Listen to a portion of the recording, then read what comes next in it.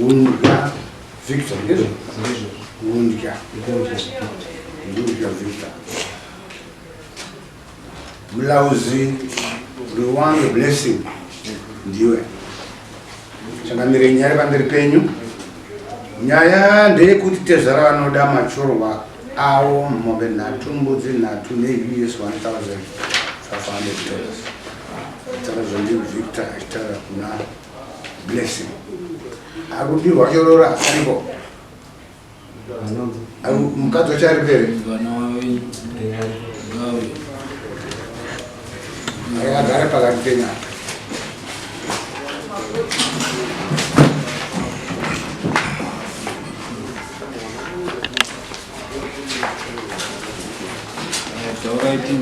Tezvara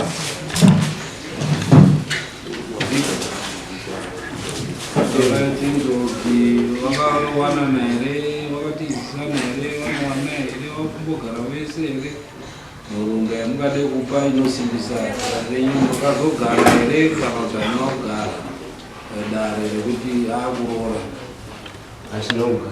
chita kuti taura mibvunza ndakupai mutaurire dare Yakaitwa kuti ine ndi inyaya yekuti mukomana uyu akabva pamunhu akadi akaisa mumatsvedze mupamo obva airamba Anonzani hanzvadzi yako anonzani Panasha obva aramba tsvadzi yangu asi achiti yanina pamunhu saka inyaya yandigona kuita ndenda yekunda mama wakunotibatsira. Right. Saka patoni mwana alo asati ane mwana ani pamunhu papresi ngami saka akadi mwana ngani mwedzi mingani mwana munhu haamwe 4 months naidanana iyo Messi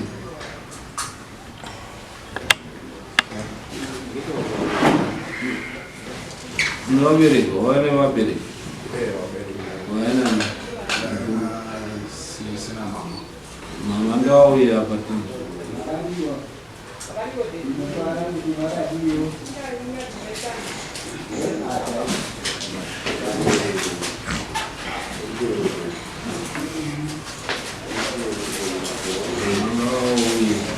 Silenzana yo.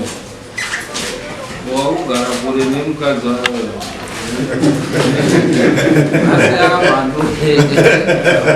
Waugara kure seke usamborara mugubezi rimwe chete.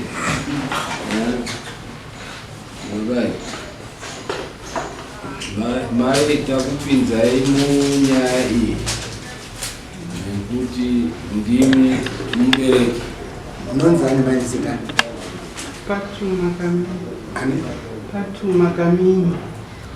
Fatuma Kamini. Wanyora pa ipapo. Maita wapinza mundare nyaya kuita kuti vanhu vachiona kuti zvinotaurwa nedare zvigadziriswa nekuti vazhinji vacho vana mai ndo vanorambanisa vana zvakare ndinoroora uyu zvinoda uyu vamuchuzira vana right tiitaure Blessing kuti hanzi wakanditi papamiri wandipapamiri hauchandide asi muramupane 4 months asi mwana unomuda kutanga ndakutaura kuti vamwiri vanogona pati pano pasura asi ndechekuti vana pakatiziswa kumba kwedu takamugamushirawo semunhu haanganzi atiziswa kumba kwedu asi chikudzo ndechekuti vangatara kugara tisi anga asasateze mutemo wekumba sezvo anganzi ndewekumba kwedu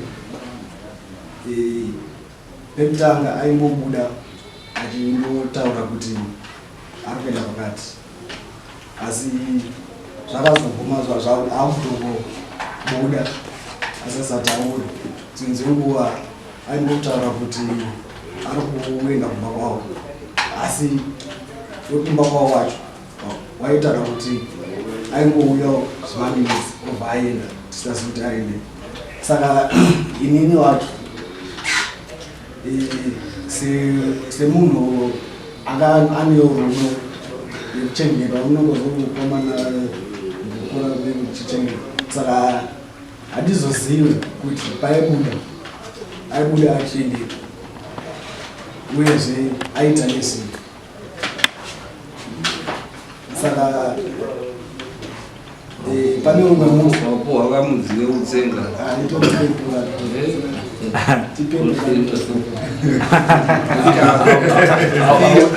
autsenga ako zvinhu bisa kuti chimwe chichiri saka nongowakuwa zvingano saka akazononoka kuzoya kumba mwedzi kubva abvarwa geti ranzi zokera chi kwaunga ubva wauya nevanhu vakuru vachitsigira kuti vangauri. Saka akabva aitwa seizvozvozvo akabva adzokera zvaanga ari kauya nevanhu vakuru vakataura zvakataura.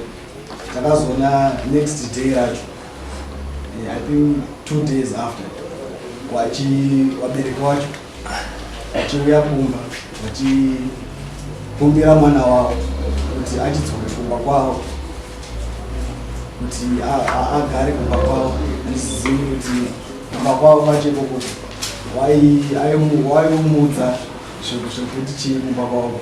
Saka inini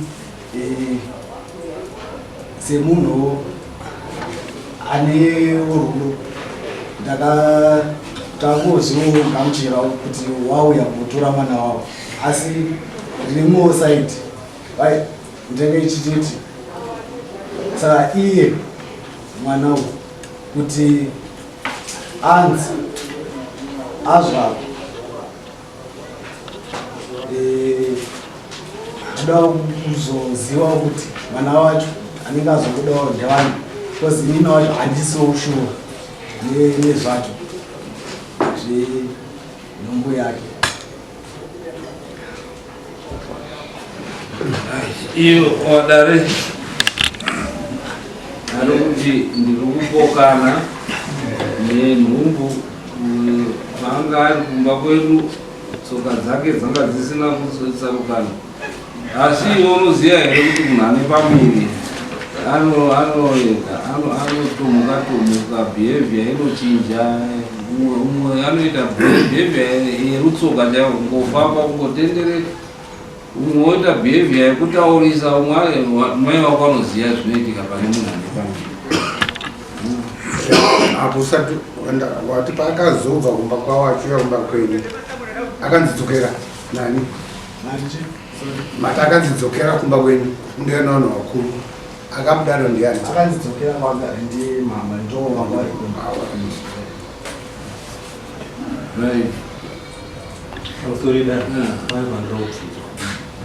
Blessing ataura achiti inini ndakamugashirawo semunhu handizivi kuti ada kuti munhu akaita sei. Ndo zvaataura kuti hanzi handina shuwa inga rabuda vanhu, hanzi handina shuwa kuti pamiri ndepangu here kana kuti chii. Chepiri akataura kuti paanga ari pamba pedu anga aine shai rekufamba asingagari pasi. Ndo zvinhu zviviri tasamurai. Iwe titaura chii zvirikutaurwa izvo unoti chiinazvo hanzi nhumbu handina chokwadi. Wakanga une vamwe vakomana here kana kuti simudza izwi kana ndisingazivi munhu mukomana than iye pandakasvika kumba pavo ndakatomborara panze musi wandasvika ndarara panze uchibva wazopinda makusenga dziri nyaya dzekuti ndaifamba mazwi tu andegara kutaura nevanhu ava maswera sei nauka sei ndanga ndisina mumwe munhu wekutaura naye. Dzani dzimwe nguva zvaindipa shungu yekuti ndinonoudza mai vangu kuti pane zvinhu zvekundinetsa. Dzimweni dzenguva futi ndaibuda kubuda ndaibuda handiranda but musi wacho hanzi ndakabuda ndaienda kuna mai vangu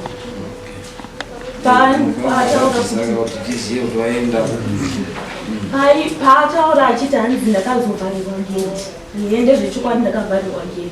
Musi wacho ndairwarawo ndichibva ndainonotaurira mai vangu kuti mama kuno kundarwara ndaita zvekuspenda dhogodhe ndiri ikokoko semunhu airwara semunhu aitekwa namai vangu. Ndozvinhu zvandakaita ndichibva ndazoenda ndichinzi enda kunotora vanhu vakuru vanhu vakuru vacho uchibva wataurirana wakataurirana. Musi wandazonzwi wandatorwa namai vangu ndakaenda kucliniki. Ndiri kucliniki ukoko pane zvinhu zvandakaudzwa kunzi BP yako ikarambe yakakwira mwana wako anofa. Saka zvakandibata mwoyo ndichibva ndafamba kuenda kumba ndichinodza mai vangu kuti ndizvo zvandaudzwa. Okay. Changamire vanhu vechikomanazo vari kunyanya kuita kana tomboti varume vese vanogona kuchiva muzvo wotodanana zvakanyanya asati ati ndaita pamiri. Paanongoti bedzi ndaita pamiri zvabva zvatanga wakuda kutanga tunyaya wakupinza naanamai vanamai vaya vamwe vanobva wadairirawo zvinhu zviri kutaurwa nemwana wavo vari mai vari kuziva kuti mwana wavo ane mhosva yekutora mwana wemumwe munhu asina kupabonda. Rora naye kana usina kuona wamwe wamukumbira kuna ani ndoda kurara nemwana handiti mhosva iyoyo kare. Saka ndiri kuona kuti zviri kungoitika kune zvikurukuru vana vakomana vazhinji vacho akangoti musikana akangoti bedzi ndaane pamiri yatotanga mukomana hachari. Ende zvinodzoka kuti zvinouya kune vabereki. Vabereki vanokutarisira kuti mwana azenge achitora mukadzi ari pamusoro-soro. Havatarisiri kuti atore mukadzi achiri kuti atange musha wari vairi. Saka maexpectations evabereki nezviri kuitwa nemwana zvinenge zvisina kufanana. Saka mwana akangouya kufunda kumba kwamai atizirai ipapo haana rugare namai. Like hanzi ndaingotaura mashoko mairi mangwanani marara sei zvabva zvapera. Zvabva zvapera. Hapana kusekererana hapana chii. Zvinhu izvozvo ndo zviri kudii zviri kuitika. Saka mai munezvekutaura here nemuroora wasina pamusoro munisisi wakanasho yakagara ndindakaperekedza kanasho kuenda kune murume wake. Tikasvika tikapinda mumba kwemurume tikatambirwa tikasvika tikati tisitauyawo nemunhu wenyu ushu. Zvikanzi mauya nemunhu wenyu kuti takataunzwa nemukadzi wani waB. Zvikanzi mirai B wachauya. Takasvika B asipo anga ari kubasa. B bvafonerwa bva auya. Zvakanzi munhu unomuziva here? Zvakanzi wokuti ndinomuziva. Ane pamwiri pako here? Anapo, asi inini handidani, handidi mukadzi. Ndinoda chii? Ndinoda mwana. Patinogoti haudi mukadzi sei? Ko mwana ozodini? Tinozopa dini? Zvakanzi aiva B atone musikana wake kudhara. B nditete wakataura. B atone musikana wake kudhara. Uyu asi musikana kasi weklasi yake.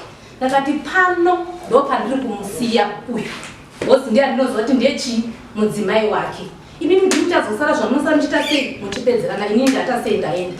Asi pandakasiya munin'ina wangu uyu hazvina pandakasiya chingoti ndangomusiyawo asi papasina pakuita sei? Pakuwirirana. Uyu anga asingatauri murume wedu wainyanya kutaura ndi tete. Ndakati inini handina chandinotaura bhosi inini ndiri mudiki. Ngatege ndunze munhu kupi? Kumusha kwake.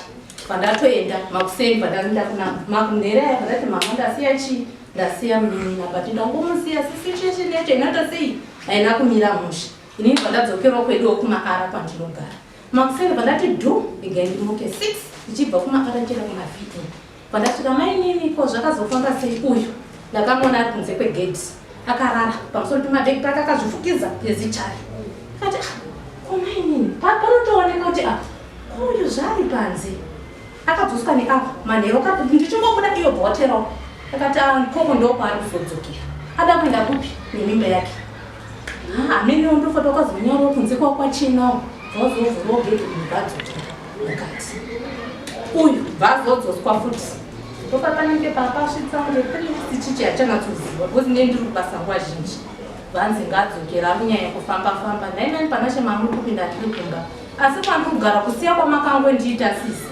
hakuna umbochinja ndiri ngoradzikwa mudhaini murume anorara kwake ini ndinorara kwangu pamakangosiya ndine bhegi rangu padhaini imomo ndomandita sei ndomandiri saka ndinoita sei akati shinga munin'ina ndozvinoita dzimba asi munin'ina wangu akatadza kushinga nekuti nyaya yekuti aingoradzikwa mudhaini murume achinzi kwake uyu kwake sani zvinhu zvinenge zvakaoma sikana kuti kana iwo warohwa anofanira kurindawo kumba uchisanganawo nemurume wako muchifarawo muchidinyo asi papasina kana bonde kana pasina kana chii kana waita bonderawo wakangoitira outside ndokuwakangoitira kunze uku kwekuzongoendawo yamimba saka hapana ikokuti wakambosangana wakangoramba wakangogara kuti kwake saka ndofotawo zvakamorwa saka chui kondikatakuru ndikandoudzowa ndokumba kwedu kuti ndo nyaya iripo ndo nyaya yakamira kudaro ndindakaperekedza panachi ndichimuendesa kupa mushapu wemurume wake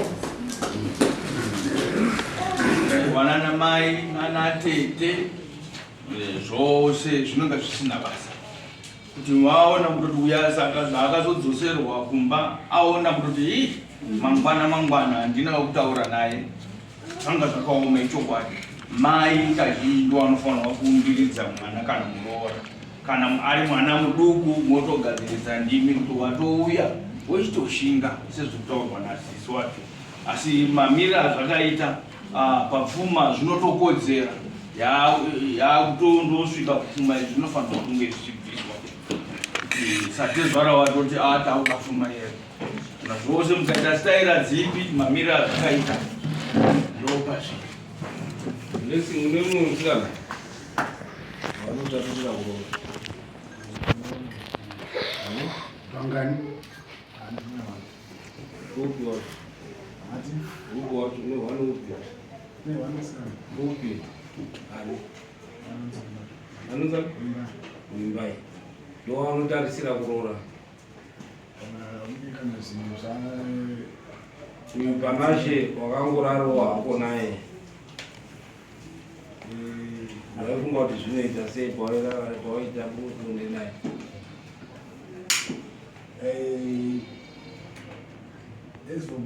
taingoita zvokufadzana ezokutova nemusikana asi ndisazivi kuti zvichazosvika sei. saka ranga riri hure rako here uine musikana wako chaivo nekuti ndo zvinoita vanhu vanongofadzana ka rinenge riri hure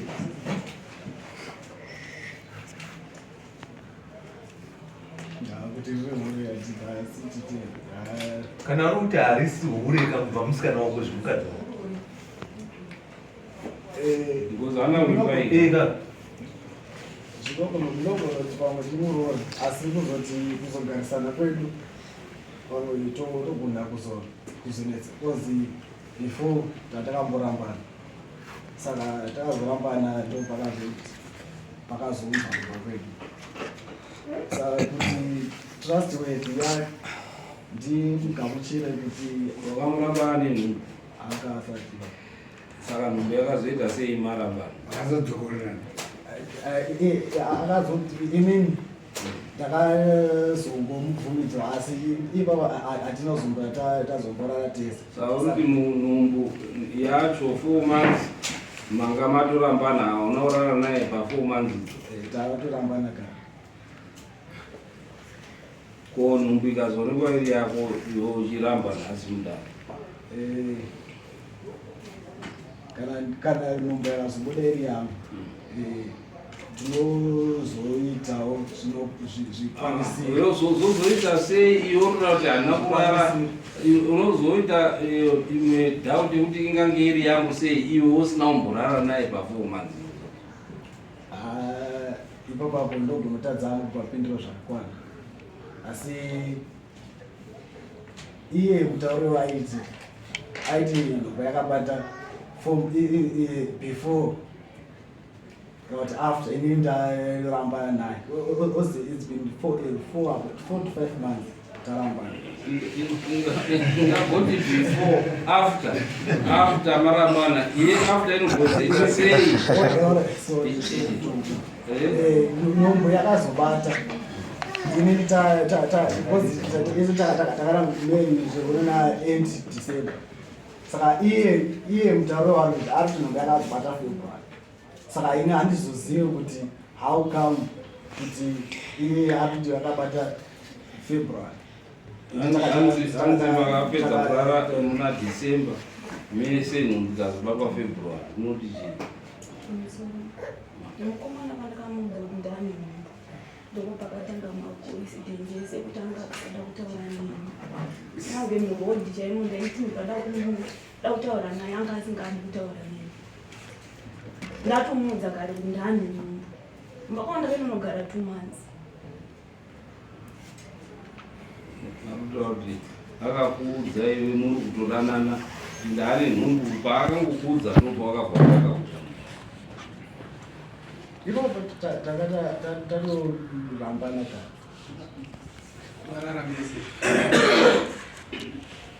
wadzari kuti nhumbu yake ine 4 months kumba kwenye akagara 2 months kumba kwenye nhumbu ine 2 months takazogamba kwenye nhumbu ine 2 months akazosvika kumba kwedu nhumbu yakutosvikawo 1 month ozita kunoku ndo yazosvika 4 months this month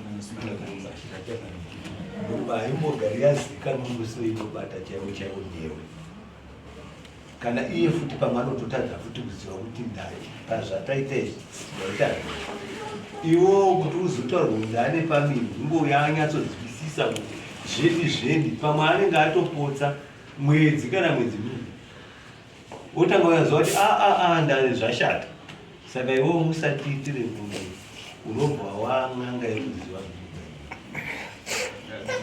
uye chimwe chinhu chakamirira uyo akagara nemwana wake asina kumbokumbira kana kuna baba wake kuna vabereki wake saka chake ndechekuroora musikanani waakaisa kuroora kumanikidzwa hatimanikidzwa nekuroora naye vatitoda kuona kuti right nhumbu sekutaura kwavari kuita kuti iye ari kutaura kuti ini ndakapedza kurara naye December nhumbu ngeyemuna February hazvi mazuva anofamba nhumbu kwatotsara chi 5 months saka tinodismisa dare iri tomira mwana wadi uzozvarwa kana azvarwa mwana oita ma-DNA test nenhau yekuti aramba anenge akupuhwa mutongo wakasimba kuti aramba zvinhu zvaanodii anyepera dare 1 anenge akuripira dare raanyepera 2 ozopuhwa vandichi ma-damages anokodzera dzinove mombe 3 dzema-damages dare oripa mombe imwe chete yekunyepa asiwo zvakare iwewe kana uri kunyepa kuti nhumbu ngeyake imimi wana baba wacho munotora nekuti maamuchatobhadharirwa zvinhu zvisiri zvaasina kudii kunge akakanganisa munozenge maakuripira mhuri iyi nekuti toda vanhu vanotaura chokwadi mudare, so that kana riri ropa ravo wachengete ropa ravo vachizviziva kuti iropa ravo. Saka tiri kudhisimisa nyaya iyi pari zvinezvi. Mwana azvarwa mouya kudare, toenda tokupai tsamba mundoitwa ma-DNA test anopruvha kuti mwana chokwadi ndewake.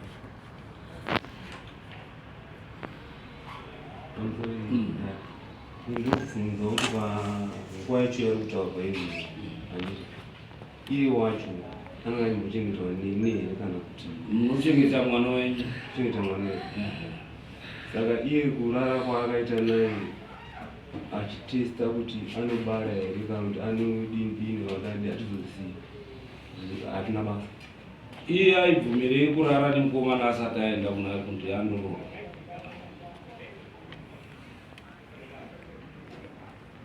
ane kutore chinhu chacho ndiani? Aibvumirei.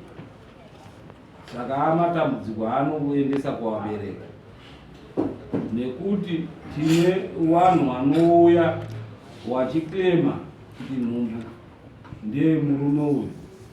At the end of the day anenge asiri murume. Saka takaona kuti nhau idzi dzewana batai wana wenyu wasikana wadzidzisei kuti nekuti mitemo iri kuchinja, kuti haikona kungondorara nemurume iwe usati warohwa, nekuti ukandodaro unopa dambudziko kuvabereki.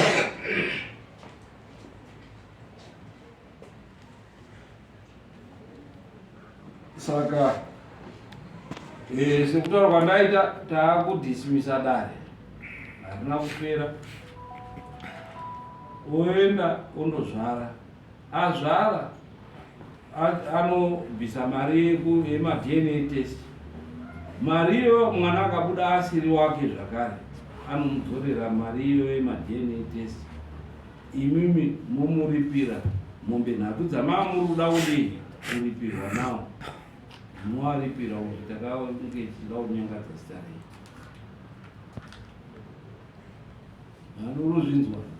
Uruzvinzwa here Panasha? Saka dare raakudzoka kukubvunza kuti taakupinda muchikamu ichi titaure zveshuwa kuti uyu ndiye here murume akakuitisana? Handiti. Saka yakadaro imimi ngaicheke kuti muri rai. Pamusoro asi munoziva here kuti kukura kwedu kwatinoita isusu tintakasiyana-siyana. Saka takurira mumuviri ikorobonga watongwa 2002 watonga 2002 23 samwe murume ramakoni 21 andichisirwa wana zvima 6-7 makomo 1 andichisirwa wana andamai wangu kuchengeta zvinawo futi kusvika palevhel awanda kuchengeta kuti muzukuru futi zvikita uchinyatsanzwa zvakanakira kuti nyaya hainopera, haitomekida kana yakadai. Uye akutaura zvaari kutaura, inomirira mwana ndiyo n'anga huru.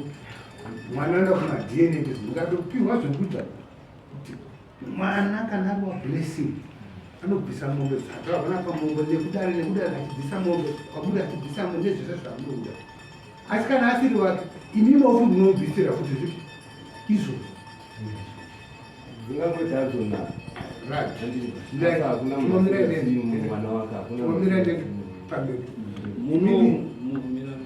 muno mudare tine nyaya dzakadari dzauya 70% yevakadzi vari kunyema achichema pamberi apa achiti, for example, imwe zera rako aichema apa anga aitiswa nhumbu nasekuru hanzvadzi yamai wake ndiye anga yamuitisa mwana uyo hanzvadzi yamai wake ndiye anga yamuitisa nhumbu wagara mumusha wakati toita sei wakati ngaende kuri vana mai vaizviziva nababa vaisazviziva madherere tese azouya ndobva akazotaura chokwadi kuti no nzvimbo ngeyasekuru. Saka hatidi kuti tipe bhedheni kune vanhu panenge paine ngando nekuti uyo ari kutaura kuti ndakapedza kurara naye muna December nhumbu ndeye muna February handiti patoita mangange ipapo uyo achiti aiwa inini ndakamutaurira nhumbu kuti azondiramba angozwa kuti ndine nhumbu. Saka hatina kubvisa bhedheni paari, bhedheni iri paari, ndiye achatibvisa mari yekumadNA test, ndiye achabhadhara mari yebhazi, ndiye achabhadhara chikafu chaanodii. Imimi mwana asunungukwa mouya toita izvozvo. Pakaonekwa kuti ichokwadi ndiye mwana ndewake airamba kudaro, tati vanobva vazobvisa nepenalty yedare. Ari muruzvitsisa mai? Ende pakaonekwa kuti nhumbu ndeyake anobva abvisa mombe 3 dzemadhameji. Haarori nekuti tikamanikidza kuti enda unoroora, asi isitoziva kuti mwoyo wemunhu uri papfuma yake. Wanza abvisa mombe 3 idzodzo muchatomuona kuti mukadzi wamutomu nekuti paenda mombe manje.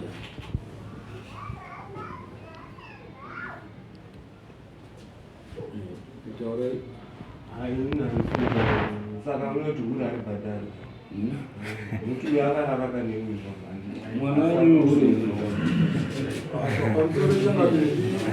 ndimubatsire zvinhu zviviri. Hamuna kumhan'ara kuti maona mwana wenyu akarara neuyu. Dai iriyo yavakamhan'ara maboma nevari kutonga yeseduction. Nyaya yamakamhan'ara ndeye munhu akamitisa mwana wenyu kuti agare naye semudzimai wake yemadhamagisi ake. Saka iyoyo manje munhu kana atone nhumbu zvauda kutonwa ndeyake here, muripo wacho wakatosiyana. Weseduction inenge iri mombe imwe chete, wenhingirikini uyo dzamombe dzotorwa namambo. Saka muri nyaya dzakasiyana dzauri kupinza. Nyaya iripo ndeyekuti pada kuona kuti nhumbu iyoyo ndeyake here. Kana nhumbu yosipo zvaakuna mambo kuti vanozoti aiwa zvasi wakati warara nemwana wemunhu zvawakatara mudare kuti muna December, saka unofanira kubvisa chinyi mombe imwe chete. Handiri manzwisisa. Kana mwana azonekwa kunzi haasi vanhu vana, inimiwo muchimubvisirawo zvekutaurwa inenge yakunzi deformation.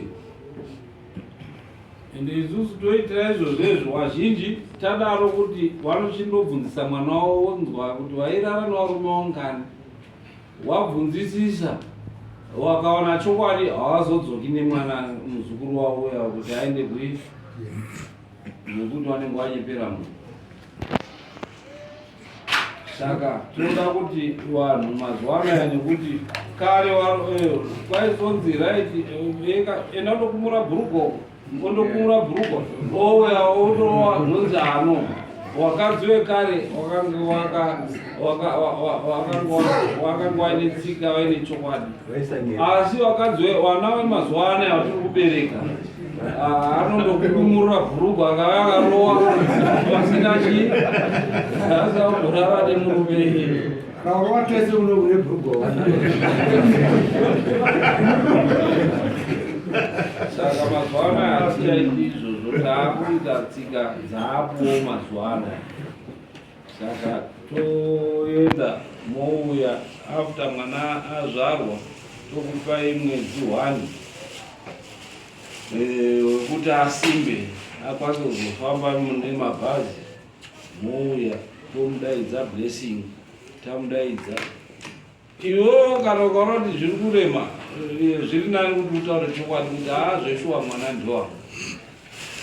Mwana ndowako here blessing. umunu saka totora nzira iyo nguva inofamba 5 months hadzisiri kure todzoka toitira kuchengetedza